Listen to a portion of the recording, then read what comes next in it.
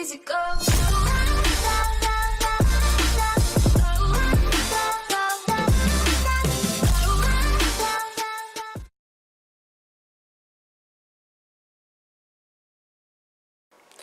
Hello guys, what is up? Today's PGA Media, and we're going to be talking about a game called Spellbreak. Now, Spellbreak is a game that is a battle royale. It is a 100 free-for-all, and it's about mages.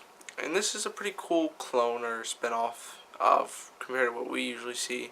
This one is all based to do with gauntlets and spells, and depending on what gauntlet you have is what spell you have. In this game, there are 6 gauntlets, 8 runes, and armor of every kind, and they all do different things, which I find are very fresh and new. Compared to the same old that we've been seeing from every other company, whether it be Call of Duty, Counter-Strike, PUBG, Fortnite, Paladins, or even some others. This is a difference. They actually put time and effort into their bounds. They also put time and effort into their mechanics of the game. Shooting an ice gauntlet will make you run faster, but also slide. Shooting a poison gauntlet will do damage to armor over time, but not too much to make it ridiculous, and only to armor.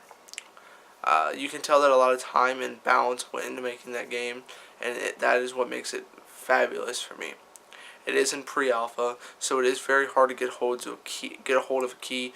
I believe you can buy the keys for about $30 now. That is what I've heard.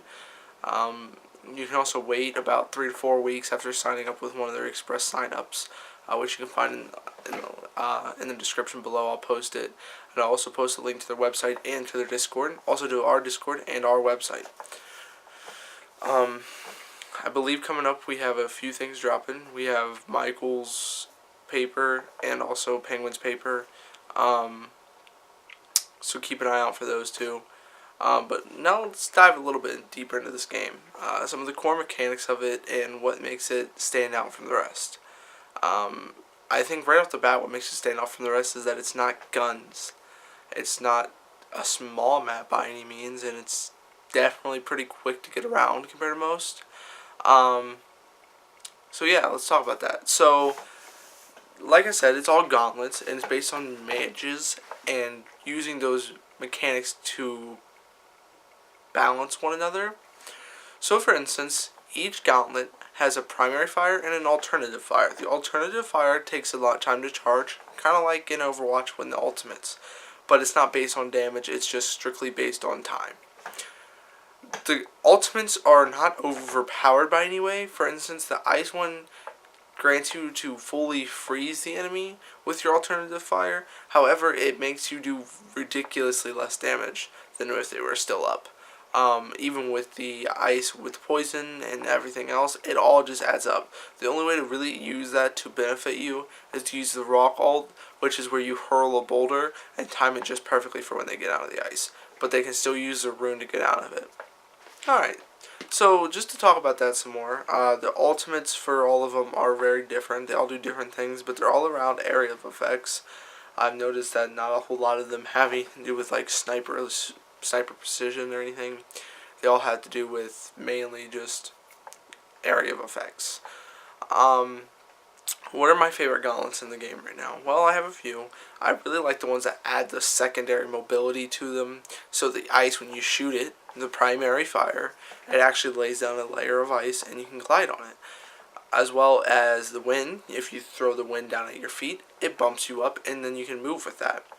And I find those very cool and very refreshing. It's not something you see a lot. And you're going to hear me say refreshing a lot. It means that it's something new, something I'd like to see in a different aspect and used more often. But yeah, I find that very refreshing to see that they're actually putting in effort. And I will tell you right now, from just the early alpha stages, I've seen new updates almost every week or two, and if they are, they're big updates. Sometimes they put them out every other 2 days. It's just depending on what they're doing and how big the updates are. But you're getting a solid amount of updates every time. which is good because it's in pre-alpha. You can really tell that they're dedicated to their fan base, and they do have a fan base. It's pretty large. I would say within a minute or two every time I'm placed into a lobby, maybe be waiting for 2 or 3 minutes in that lobby, but I will have a full-ish lobby when I'm done, probably set to about 40, which is actually a lot, nothing to scoff at. 40 in this game feels about like 100 in Fortnite. It's just the way everybody's synced together. What they do is they have a dropping base, so kind of like in Paladins where you pick where you want to drop, it doesn't just drop you. And that works for this game. It really does, because it helps narrow down the fights. So if they know they only have 40 people, not 100, they won't open up all the map drop points. But if they know they have 100, they'll open up all the drop map points. Things like this. And you can see it expand depending on the amount of players. I don't really know what it equals down to, but it definitely doesn't equal down to 100. So that's a really cool thing to see them working towards and seeing them progress on. The other thing is runes. Runes are very unique to this game, I would say. Some are just very common, like, for instance, one of them is Tracer's Dash. Essentially, you get 3 charges of dashes, you dash about maybe 2-3 meters away, and then you have to dash again, and you have 3 dashes, and they take time to charge, just like Tracer's abilities. Then there is basically Widowmaker's vision. You can see close people to you. I'd say the range is about 50 meters, and it goes up depending on what type of rune you're using, whether it be legendary or just purple. And they have like a lot more. They also have one that allows you to basically hold abilities longer. So for when you throw in the boulder, you can only hold it for so long before you have to throw it. It makes it to where you hold it longer. There's one that allows you to gain shield over time and things like this. There's a lot. Now there's builds to the game as well, and builds in this game is very unique as well. You can change them every time. You can only equip 2 builds every time, and these 2 builds based on what you like to use as yourself. So I use precision and ice because I like to use the ice as a sniping mechanic and also get that first hit damage off that the precision allows us to.